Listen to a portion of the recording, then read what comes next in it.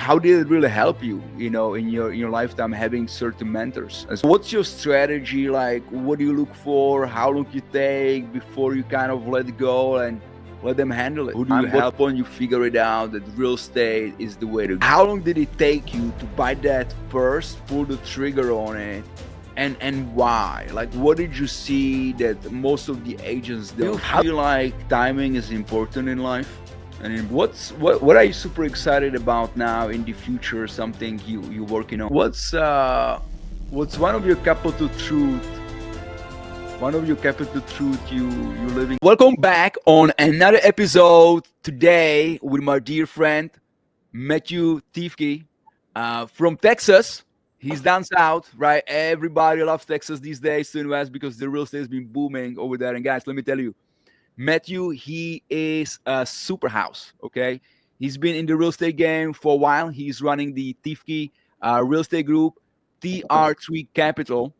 He's doing some big stuff. He's been managing over 75 million of real estate. He's like the guy I look up to. That's where I'm going. I'm doing the small stuff. He's doing the big stuff. We have some great conversations about that. I know you're doing multifamilies, RV parks, and also you're doing commercial as well. So he's very diversified when it comes to investments. He's not afraid to do the new stuff, guys. So I'm really, really curious, what he's thinking. How is he doing it about that? I believe you are a graduate of Texas A&M University as well. Former appraisal. I mean, that's really convenient in our game of knowing how to really, underwritten the properties. And he is raw, he's real, he's faith-driven, focused on building wealth. He is a family man as well.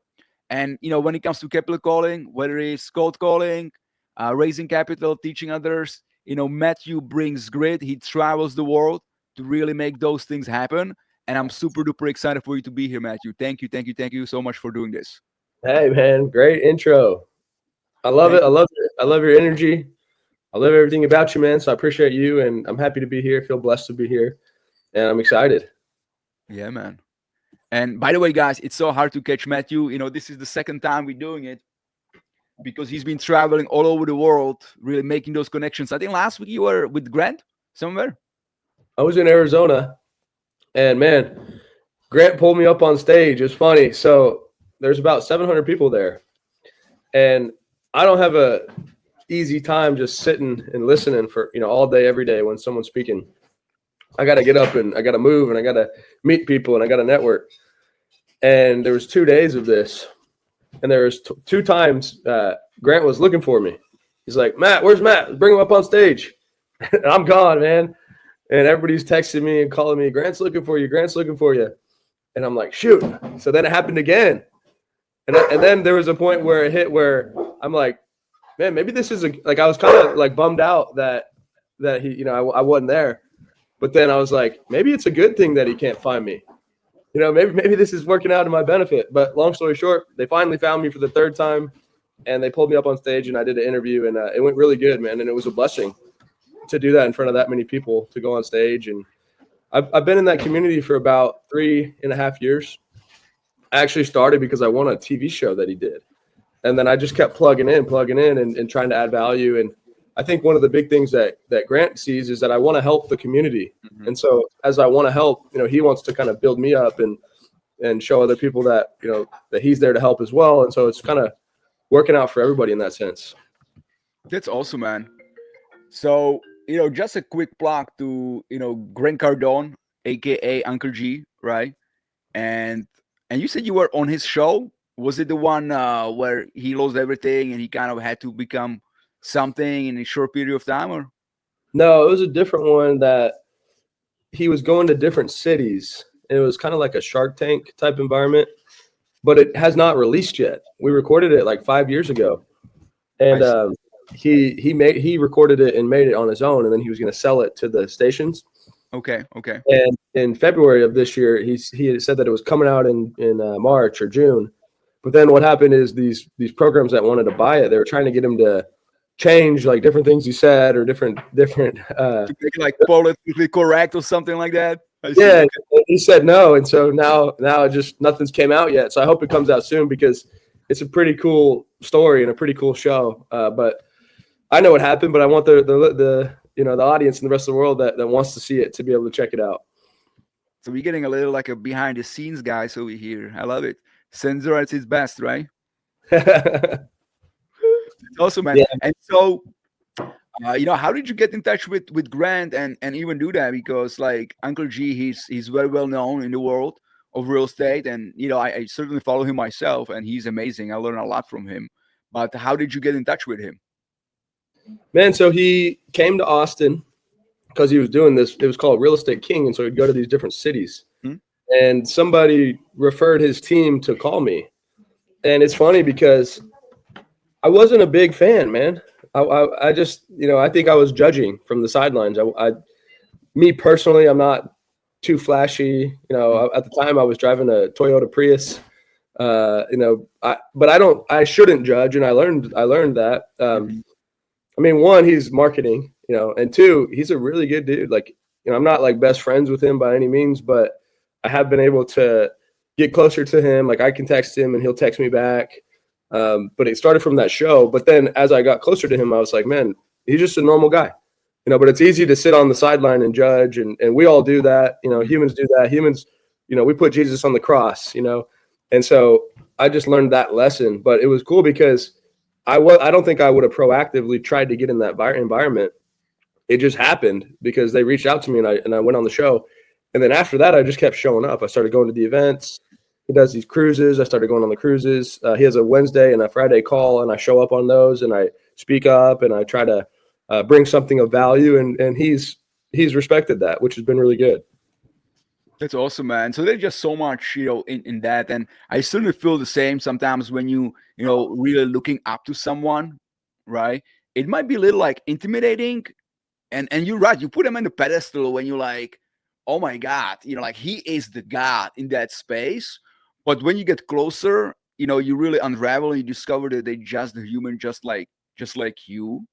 And that actually what they do, you can actually do it as well, right? So how was that like feeling for you when you get close to the Cardone? Like, what did you learn? And how did it really help you, in your lifetime, having certain mentors as well? Yeah. Well, the one thing I will say about him that I feel like is very special, he really does work really, really hard. Like, dude, I don't know. I think he's an older guy. Like, I think he's close to 70. Or maybe, I mean, he's like late.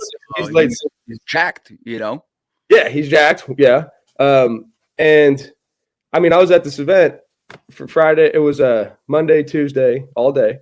But he had already been doing it 3 days before for another event. And, dude, he's on stage the entire day. Like, just him. He's making calls. He's on stage. He's speaking at the lunch. He's speaking at the breakfast. And that's hard to do, right? That's a lot. Then you'll get off, and then you'll see, like, that night he's on, like, Instagram Live or something. And then, like, you're flying home, and then he's, like, doing it again. I mean, he's a beast, hustler, straight up. And he's got a really good team. So that's inspiring for sure at that age. And I think he always says, like, be obsessed or be averaged. And, he's truly living it. Like, he is obsessed in what he does. No doubt. I've just looked it up right here. He's 67, dude. Holy smoke, bro. That's crazy. Yeah. So I wish I look like him when I'm 67, bro. Yeah, dude. Me too, bro. Go grind. Keep grinding, bro. Doing well, man. Yeah. Yeah.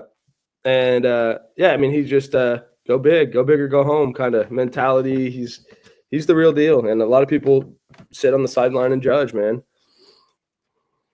Yeah, I mean, know that feeling. I know you also said that Grant and you, both of you guys are big on really giving back. Like, can you unravel it for me a little bit? Because I know a lot of the people, they kind of holding back, like insecurely. They don't want to share, and they're afraid if they're going to overshare with someone, they're going to be left behind or something, or be taken advantage of. Yeah, that's a good point. It's very, very important for me. For example, I do a class every Thursday at 1, and we cold call brokers. It's on Zoom. We cold call brokers. We analyze deals. We pray. And, dude, yesterday we went for 4 hours. Some days we'll go for 6 hours, and it's free, right? So, like, that's one way that I try to get back. I was supporting and helping everybody, my whole career. And then I realized like, I can't just do this all day, every day. I got to funnel this into one spot, but I'll go do it here and I'll put more time and more effort into it. But I just try to do the best I can. I mean, we're all people. I think that's where faith also comes in, is like, whether you're Grant or someone else, like I really, really try hard to support you the same way. I give people my balance sheet sometimes, if I trust them and they can use it to send offers. Like I'm full open book, and it goes a long way. People need help. People respect that. They see that. And I don't worry about what's going to come back to me. I just try to do the best that I can. And it's really like, you're almost just aligned with the universe, in the godly way of business, in my opinion, because you're just trying to support. So I really, truly do that with every single person I can. Amen. And I think, when you put yourself out there, right, and you just put things out, you automatically align with like-minded people. And I mean, if you want to go fast, you go by yourself. But if you want to go big, you got to go with people. And, we can do it all. You can do it all. Grant can do it all. But when you put yourself out there in certain situations, and you have to do the work anyways, and you sort of show everyone your top secret stuff because they want to learn from you. Now that's contagious, right? They figure it out like, I don't have to do this on my own now. How about if I do it with Matthew now? And now you can delegate some of the stuff to the people too. So I think that's the best way to really grow your team and grow your corporation, right? As well. 100%, man. Yeah, that's so true. I mean, I've got one guy I've been kind of mentoring for. It's funny. So there's two guys I was mentoring, and I help a lot of people. And when I say mentor, really I just mean that we were talking a little bit more consistently, and they just kept calling and asking questions and all that. One was through a college, like a little bit more of a structured deal. And the other one was I've just been helping. So we closed a RV park with this guy named Jake Sisk. And he's actually training to get his gold medal in Olympics. And he's 23 years old. And so he bought an RV park, and I just signed on the debt and just said, hey, I trust Jake. I didn't even have to put any money into the deal. So he bought it. And then there's this other guy, John Blinn, I was mentoring through college. And then I got John and Jake lined up together because Jake now Jake's overloaded because I'm sending him a bunch of stuff. So now John's an analyst for Jake, and now I'm sending them both deals. And that's just like one small example of it. But that was planting seeds, watering it, and now it's hopefully flourishing, and they're connected together. Like that's really cool to me. Yeah, and I think that's how every great company is built, right? And I love it about the startups, right? Because as the infancy stage, you kind of do everything yourself, and then you plug in the people as you go. But it's challenging at the same time to really pick the right players on your team. So what's your strategy? Like, what do you look for? How long you take before you kind of let go and let them handle it?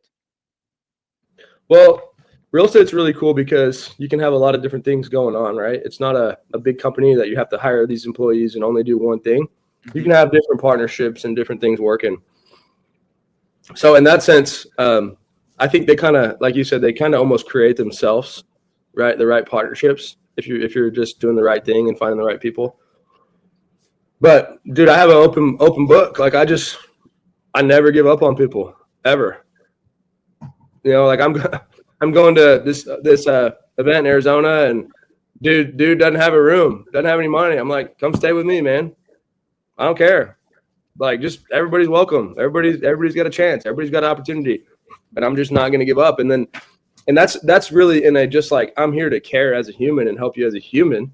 But then on the business side, the right things they just happen because the one that wants to do it just keeps pressing. So the guy that I'm helping, if I can help, spiritually, mentally, awesome, man. They help me, right? I'm not like the expert on any of this stuff. I'm just doing my part, but they help me, they guide me, they teach me all this kind of stuff. But then when the partnerships work out, there's a lot that's already, the foundation's like pretty strong, because they remember when I let them stay in my room. I mean, dude, I just reckless abandon, like random people that I don't even know. So, I mean, it's really, law of reciprocity at its best.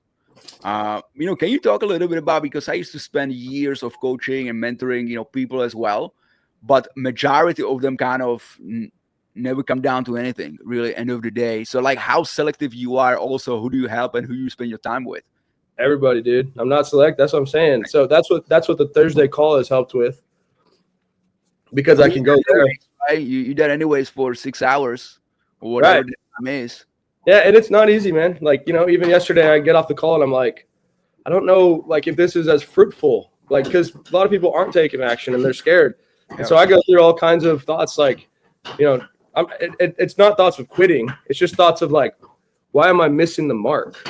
Do I need to be more patient? Do I need to have more accountability? Like, I don't know what it is, but it's not an easy solve. My dog's chasing a bone around here. I apologize. You're keeping it real over here, guys. You know, Matthew's on the go all the time, so we're blessed to have you, man. It's okay with the bone. I might have my running upstairs very soon too, you know. I got her a big old tomahawk steak bone. I brought it home for her. But I don't know, man. Like, it's a grind, dude, because, you know, I definitely care a lot more than most of the people that I'm trying to help, specifically like on these Thursday calls. But they have a desire, and I don't know the answer, but it's a challenge for me. Like, I don't have any fear about any of this stuff, but I'm 16 years in and I have to think back. It's easy for me to say like, oh, I never had fear, but like I did, but I didn't let it hold me back. But some people have a harder time going through that. So I'm constantly thinking like, how do I get them over that fear? Like, what do I need to do? Or like, I don't know. I'm constantly trying or thinking, but the same time, I just keep showing up and keep pressing and keep coming with value. And maybe one day we'll get the full unlock.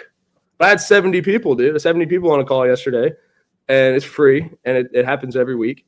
And they're like, this is amazing. And I'm like, I'm glad it's amazing, but are we putting it to use? Yeah, you know what we're gonna do, I think, because I would love to be on the call as well. I know many viewers over here that would love to be on the call as well. Of course, if that's okay with you, we can It's an discuss. open door, man. That's the other thing is like, I don't mean to cut you off, but just to give you a glimpse of it. Like, if I have a deal, I can go on there and pitch it, right? If you have a deal, you can go on there and pitch it. So I'm not looking at it as any competition from anybody. And I'm like, guys, like, we got 400 people on an email list, and I've only been doing this for like 6 weeks. Like, why aren't we all growing this? This is like, I mean, yesterday we had 2 professional baseball players on there. And I'm like, we all should be growing this, because this is not the Matt Teifke show. Like, this is for all of us. And the more we plug in, the more we do, the more people we have here, the more value we can get and we can create. And I'm just constantly like, you know, I guess that's part of leading something, you know. It looks cool and it looks fun, like Grant, for example, but there's a lot, you know, and it's tough, but you just can't give up. So keep going. I'm all ears, man. I'm kind of venting at this point, but it is something I'm very. No, I love it, man. It's real. I feel you. You know, I used to run, you know, so many masterminds myself, you know, prospecting bootcamp and accountability mastermind and all that. And you're right. You got people, they show up and some of them do it and some of them don't, and it's okay. But as long as you know your clear intentions on why you're doing it, that's all what matters. But, you know, I think we're going to put a link, you know, in the description where you guys can actually join in on Thursdays. What time does it start, Matt? Thursday at 1 Central. And just to touch on that as well, like that whole concept of the masterminds, it's kind of what I'm doing is kind of like a counter rebellion to the existing masterminds. I support them and I think they're good, but because this is free, and because I will like, I'm also like trying to give people what they're missing. A lot of people join these masterminds and they still don't get what they're after. But I don't know masterminds that like they're going to call the brokers with you or sign on the debt with you or this or that. Like, I'm trying to go all in.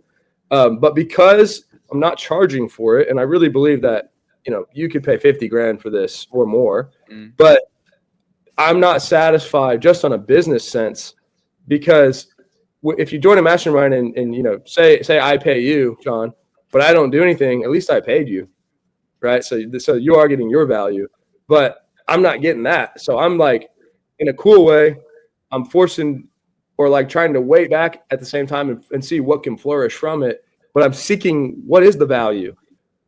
There's definitely a lot of trust being built. And that goes I think the biggest is the connection, man. At the end of the day, it's all about relationships. And, you know, just touching base on the fear a bit, I think we all have fears, man. Yesterday, I went with my boy to a park. You know, my wife, she went with her mom to a doctor for something. So we get like 45 minutes to kill, basically. So it's like, hey, let's go for a walk. Let's go to a park. Let's do some. And we had a conversation, and he brought it up. And he's 80 years old, and he's like, he was a little afraid to get on some of the obstacles, like they were like climbing and whatever, and he was fearful at first. And I was like, hey, you want to go to Toys and Us? Well, if you want to go to Toys and Us, like, you got to do at least once or maybe twice. Okay. And he was screaming, he was scared. I was like, just calm down, just focus on my voice. Right hand, right leg, left hand, left leg. And he did it after like 20 minutes, right? And as we walking back to the car, he's like, Dad, like, what is your biggest fear? And I was like, damn, that's deep, you know? And I was like, I really thought about it. And I said, well, I got two. Number one, me dying and leaving you and mom kind of like unsettled and not knowing that you guys are safe and taken care of. That's one. And second, like for me, it's really dying with regrets.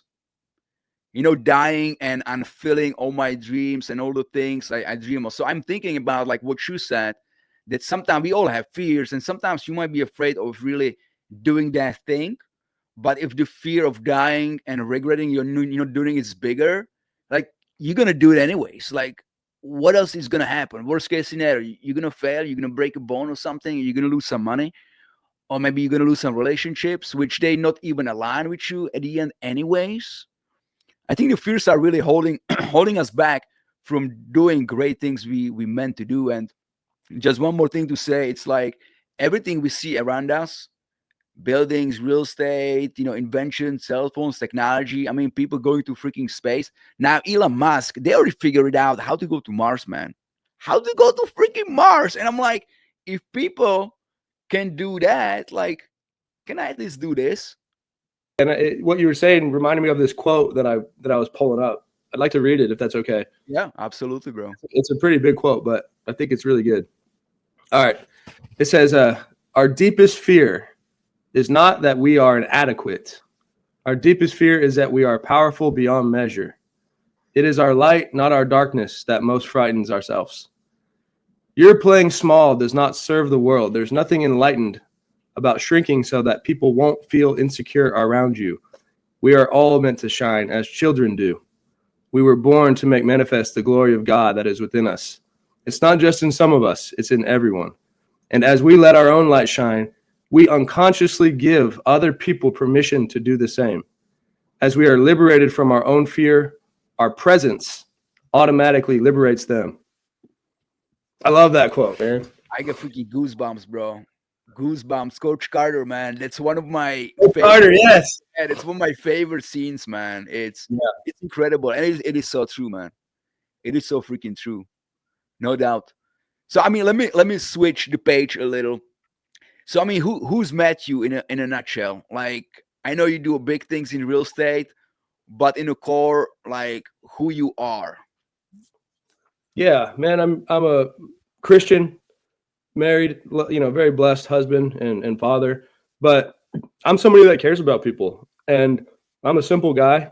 I want to connect and have friends and support, but I'm also very driven. Like, I've never come across something that I, feel like I can't do. And when I get focused, I'm very focused, but I'm a sensitive person and I care about people's hearts and souls. And like, I could break down crying at any minute, raised by a single mom.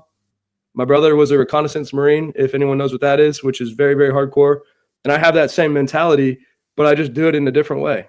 And so there's a lot that I want to accomplish, but I want to help and support people. And I'm just a loving dude, man. Like, I'm a forgiving person.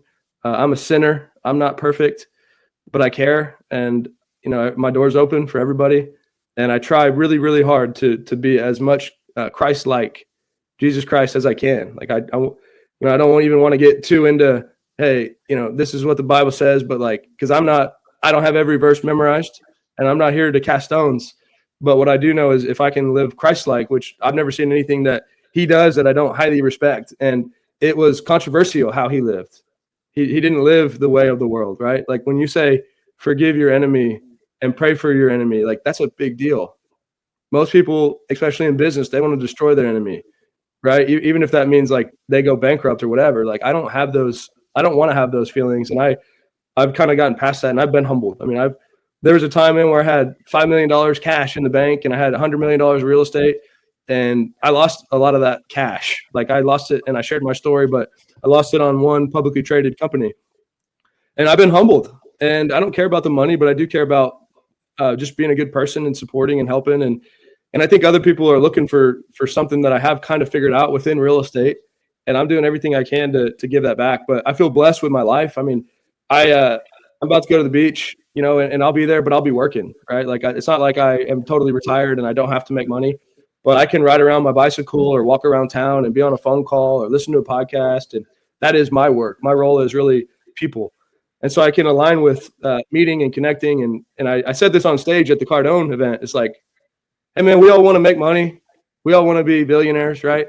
But at the end of the day, the win is what we're doing right now. Like you asking me my story and getting me to share. This is the win, dude.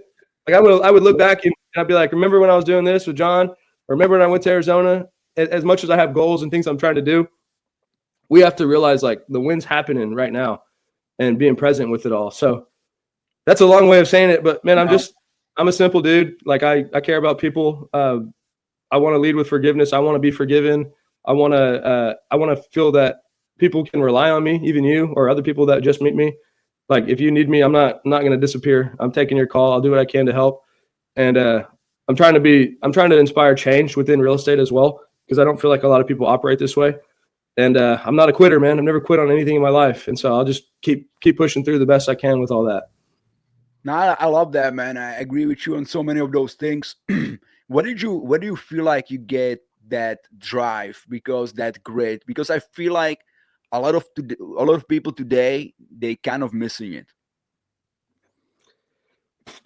I mean, it had to come from my mom, dude. Like, I don't know if you can be taught it. I'm not sure, but I mean, my mom was cleaning houses when I was a little kid, and my dad wasn't around. So to have a mom do that and raise two boys and still be here to help me in whatever I need ever, she just showed a good example. Like she literally started cleaning houses, and by the time I was 18, I think she had 16 rental properties. Nobody gave that to her.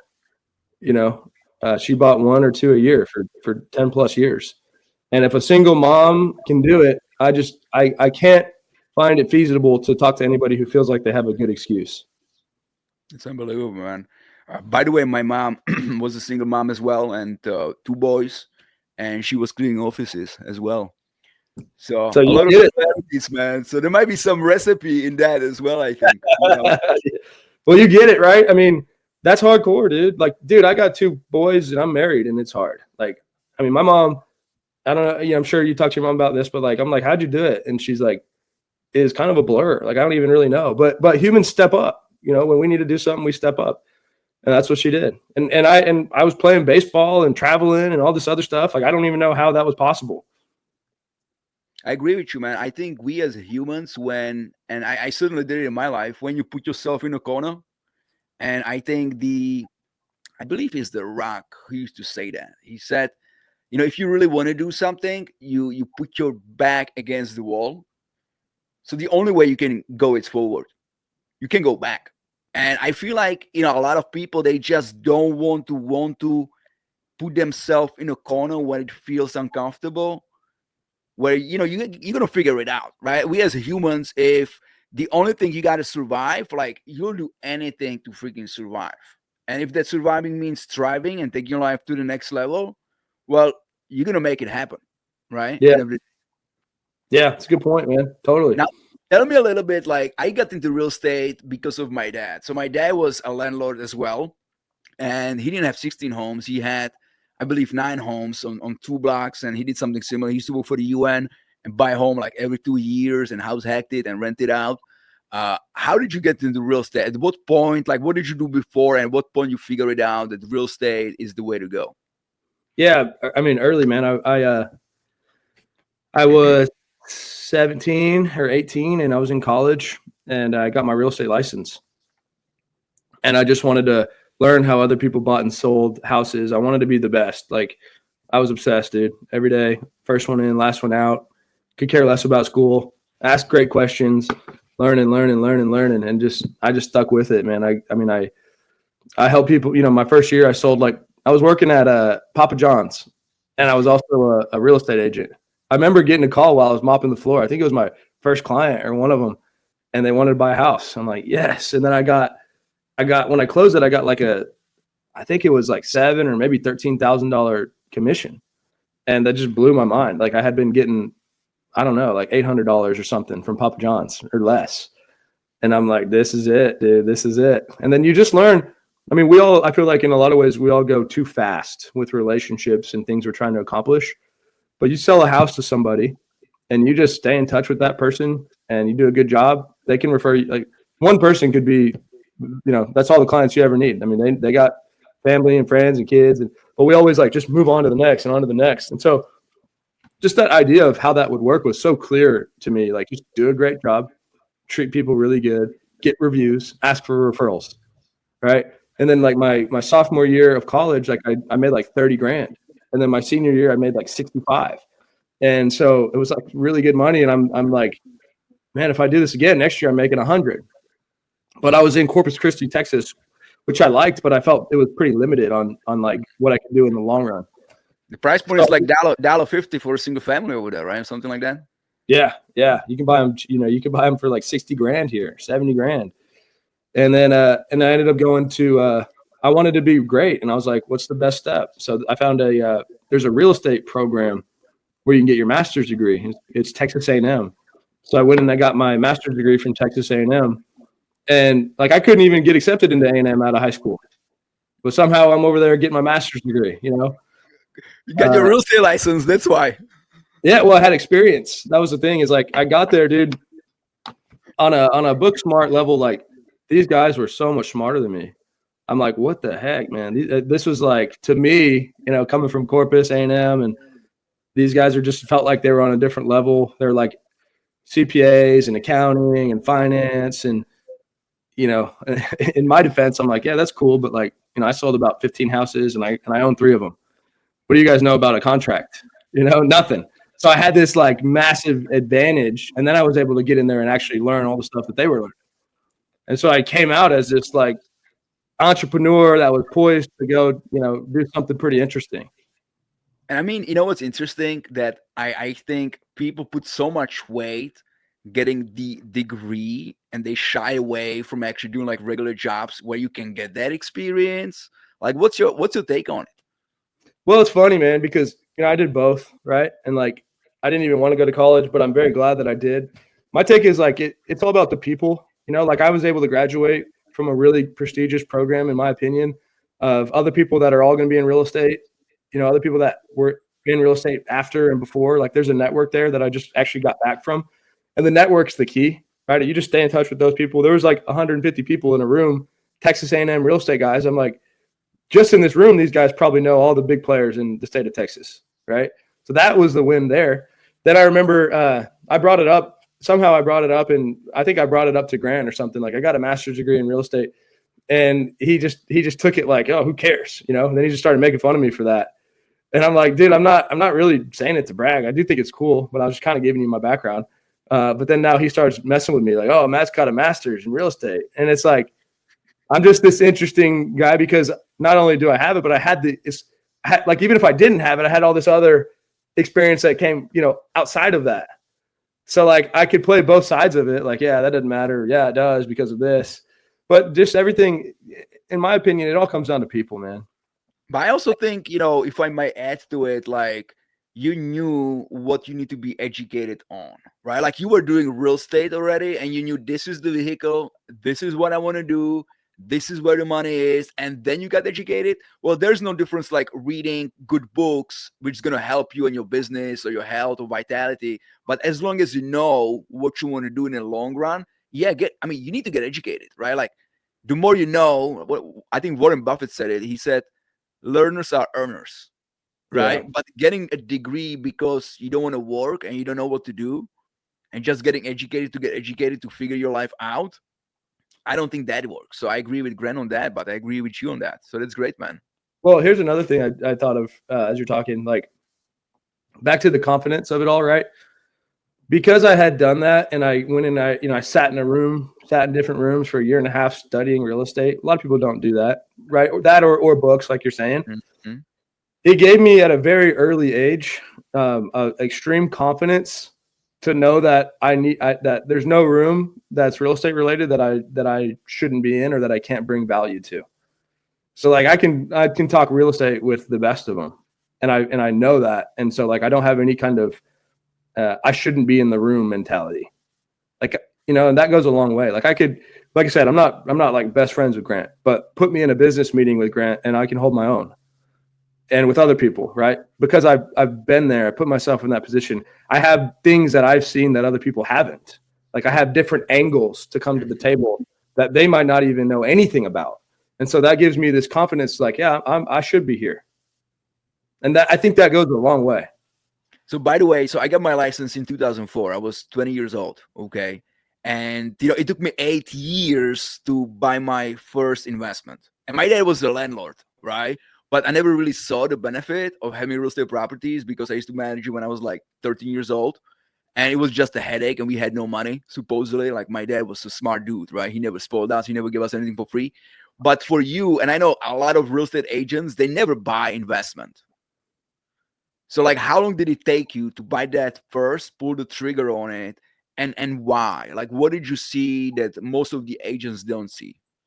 I mean, before I got my license, that was my goal, was to buy. So I bought like within 6 months. I bought a house for my mom. Like I helped her find a house, and then I moved into it. And then we had like 7 guys living at this house. We just kept adding rooms. We bought it for $115,000, fixed it up, and then we had 7 people. Yeah, 7 people paying $750. And so I was just doing it for her. I was like, let me help her. And then I found another house for her to buy. That was a good deal. And then when I went to College Station, I bought a condo that I bought. And then when I left, I owner financed it to somebody else. So it was always the goal from the very beginning. Like I want to own, I want to invest, seeing how my mom did it. And yeah, there were times where it was like, what am I doing? This is kind of scary, but you go through the title company, you have attorneys, you get the appraisals, you got a bank, you start feeling more comfortable about it and realizing like it's not that big of a deal. Like this is how it works. These are steps. So tell us, so your first purchase was a single family with your mommy, which you house hacked with 7 people. And what do you buy now? We just closed a 215 unit last week apartment in San Antonio. And then I also closed a 65 unit RV pad. Next week, I'm moving to a RV park. There's a house there, and me and my wife and my kids are going to live there. And the owner said we can just take over the debt. Like we don't even have to pay for it. We're going to have debt. But I'm entrepreneurial, and so I'm really, really, really hyper focused on San Antonio and Austin, Texas. I've got a couple multifamily owners that are basically losing their whole portfolio because of bad debt, and so I'm under contract on 2 of those. One's a 452 unit, and one's a 396. And then hopefully we can keep buying more of those. And then and that's dialed in. That's called TR3. It's me, Robert McLeod, and Alex Kaufman. We're all partners. We all grew up together. Robert was actually a Navy SEAL. He's my best friend. And he went to that real estate program that I went to. Whenever he got out of the Navy, he called me and he said, I want to be an asset. What do I do? I said, go to this real estate program and call me back. And so he did it. But just looking for deals, looking for good partners, looking for good people. I'm slowly figuring out how to get into politics, whether that be like me personally or just involved. Like I care and I want to be involved there. But I like Austin and San Antonio the best. And then if I get outside of that, it's based on just teaming up with good partners. That's awesome, man. And I love San Antonio. I think it's probably the best market in Texas right now to invest into. Yeah. How did you get that's pretty scary to a lot of people, going from single family to 500 unit buildings and RV parks and moving in and doing all that kind of stuff? Yeah, I mean, just always was. A lot of that I do believe was kind of watching Grant and seeing how he did it. That came from there for sure. But also when you own a bunch of houses and all these other properties, you start to realize it's not that complicated. At the end of the day, it's rents, it's maintenance, systems and all that. But it's actually a lot easier. It really is. When you have 60, I got 60 houses and laundromats and RV parks and mobile home parks. Like there's always something going on. But when you have these apartments, you got full-time staff and we're paying people $100,000 salary to be there and run it. And then once a week they report to us and it's an impressive report. And so it's actually a lot easier and less hands-on. Bigger numbers, things can go bad, obviously. But if you have the right people in place, it's so much more efficient. But what do you feel like it was the tipping point for you when you were like, okay, I got this much wealth and this many properties and this many people on my team, where now, even though if I bunker at this, it's okay, but I can go and do the bigger things now? It was mostly based on, like, I wanted to buy these properties like this for a long time, but I just couldn't figure it out. In Austin and San Antonio, the prices were so high. So it was just competitive, and I couldn't figure out how to make the numbers work without gambling. Mm-hmm. That was a big part of it. And then now it's just like the market's down, and now I can pencil them. So it really was, I would say, very much, I had to get to a certain point with connections and people and resources, but that didn't take that long. It was more market-based, on the market's giving us this opportunity. I see. Now, do you feel like timing is important in life and in business? Absolutely. Yeah, man. Time kills all deals. People always say location, location, location. And I think right there equally is timing, timing, timing. I mean, these people that we're buying these deals from, they bought good properties. They just have bad timing. So timing is, everything really. That's awesome, man. And now, like, having RV parks and commercial and multifamilies, like, what do you like about each, and what was like the progress for you going into it? I like location-based properties. Like these RV parks, we're getting them on the highway in the path of progress. They're also different. Some RV parks that we have, people have been living there for 5 years or 10 years, right? And that's their home. And some of them, they're coming and going nightly. I don't like that, to be honest. I don't want to buy those type as much anymore. But the multi-family is probably my favorite, just because of the ability to get scale and efficiencies with it. I don't think I'll buy many more houses. It's hard to say never, because you could find a home run, but like they just take so much time, and there's not a ton of upside or scale with it.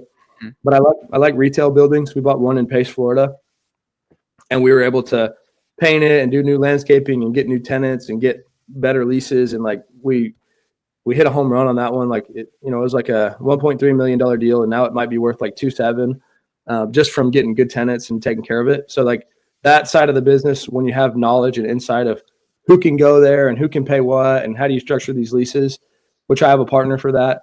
And by the way, any of the stuff that I'm talking about, like, as hopefully listeners have heard or you have heard, if I can make connections or, give you whatever I have on this, I will.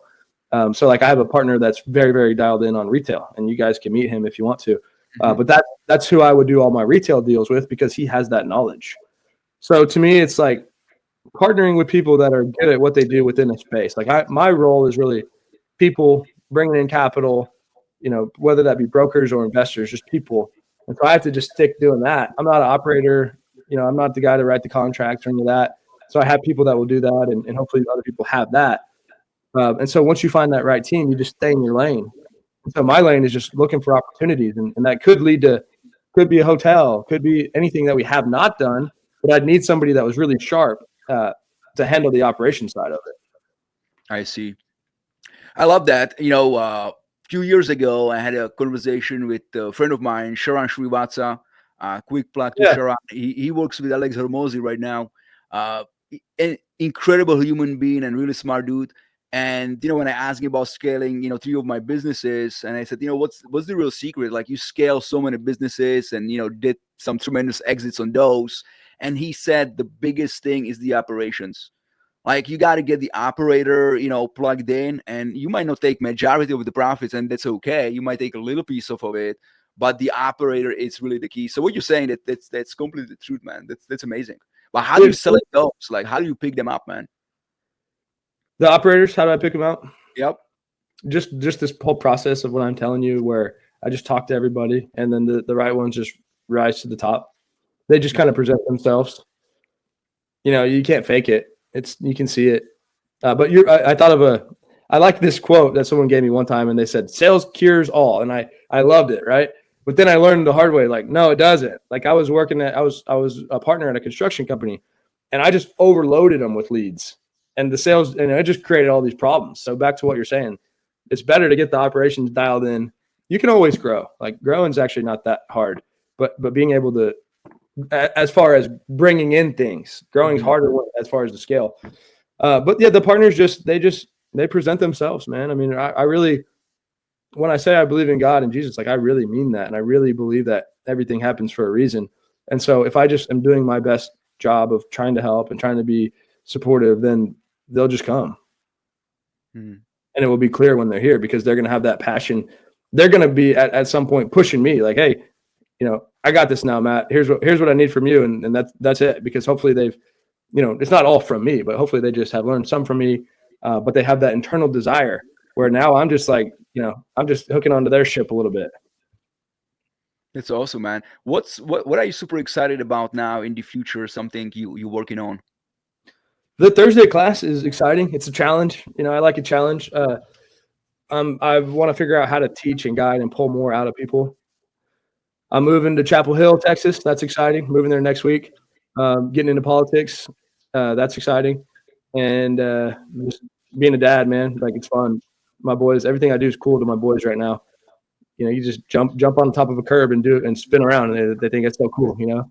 So I'm excited to tap into what God's trying to show me and teach me and be a part of it and try to, you know, like we said at the beginning, not do too much, but kind of let it be. But at the same time, I think if you do that, a lot can be getting accomplished because I'm being a little bit more patient with it. So I'm trying to figure that balance out. Now, you know, what's your vision? Because I think sometimes, you know, it's great to think big. I think we tend to think small. And I start reading the book by Dr. Ben Hardy, about scaling, right? And really 10xing your thinking. And Grant is big on it, right? Go big or go home. But how you envision yourself in the next 5 to 10 years? Like, what are some of your goals, and how does that kind of help you clarify on what you should be doing now, what you shouldn't be doing now? Yeah, I mean, I don't know if it's right or wrong. I just don't have this like, here's what it needs to be mindset. Like I mean, just in that line of thinking for me personally, if I said, hey, I want to have 10,000 doors, you know, whether I have 20,000 or 50,000 or 5,000 would be irrelevant to me in some sense. It's more just like, I want to unlock this ability for us to all really just be doing business a little different and like really growing and helping each other and not be so much competing.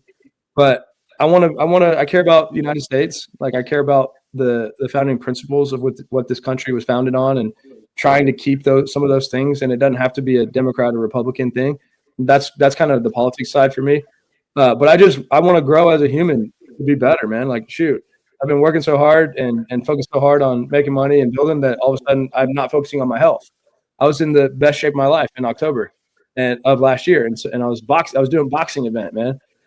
So I just want to be a better, more sharp human. You know, I don't have to have this, for me, a goal line. I don't really think too much about it other than I want to be growing and flourishing and people around me feeling that same way.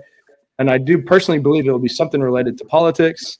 I think that I'll have a good company, like good amount of doors or a good amount of partnerships. And so just taking all the right steps to keep doing that and enjoying the process, enjoying the journey every day. Like I'm really enjoying this. And I think you're really good at this.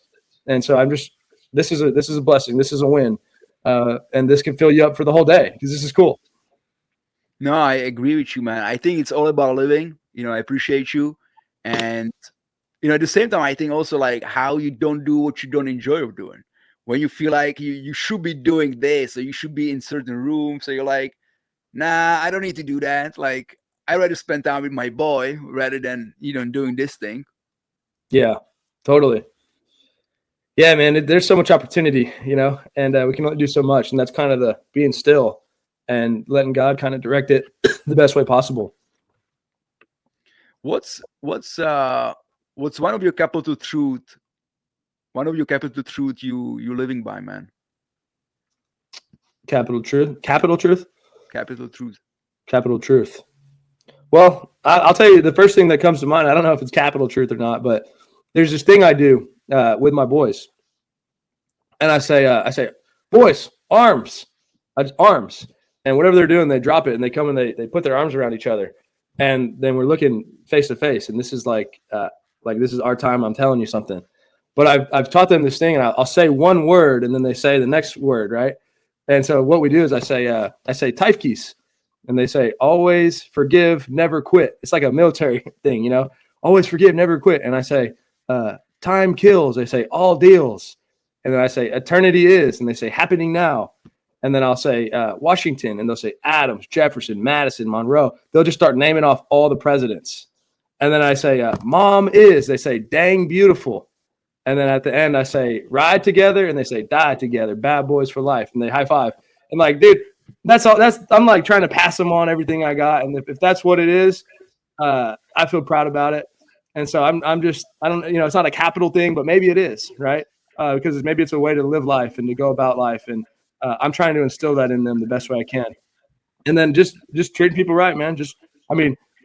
I'll prove it, to you or other people here. Like if someone calls me or needs me, they're going to get me.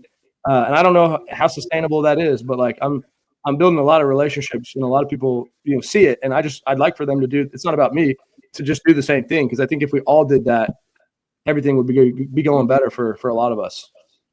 This is great, man. Amen. This is something I'm definitely stealing and doing with my boy and my family as well. Hey, man, I love it. You come up with, just say, so great, man. Yeah, just come up with some truth, some stuff that you believe in.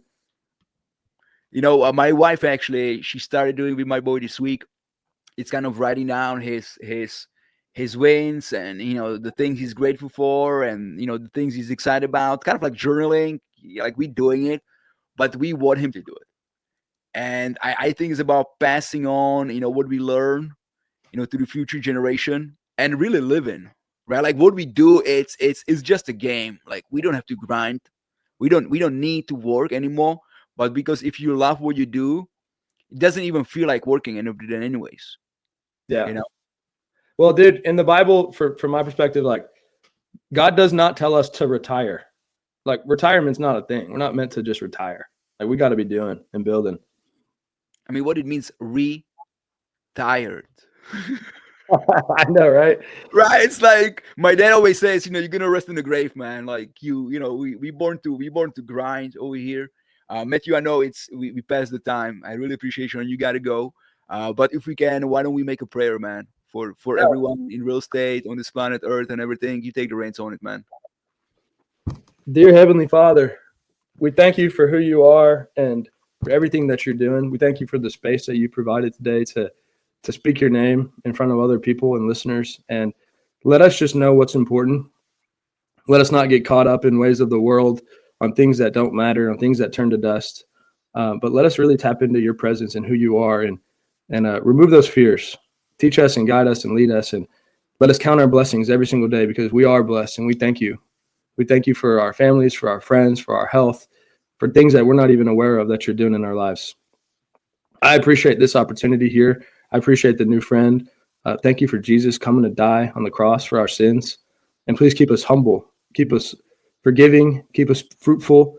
Let us have the fruits of the Spirit in everything that we do, with patience and love and joy and peace, kindness, gentleness, self-control.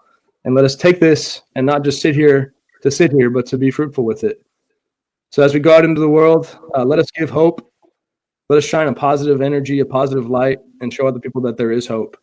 So I thank you once again, Jesus and God. Amen. We humbly bow before you. In Jesus' name I pray. Amen. Amen. Thank you, Matthew. I appreciate you, my brother.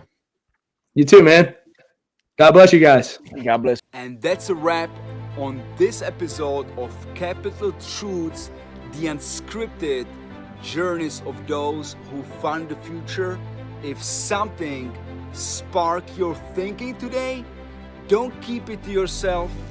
Share the episode, leave a comment, and keep the momentum going. Money is just a tool. Clarity is the game. Stay curious, stay bold, and we'll catch you on the next one. Peace out.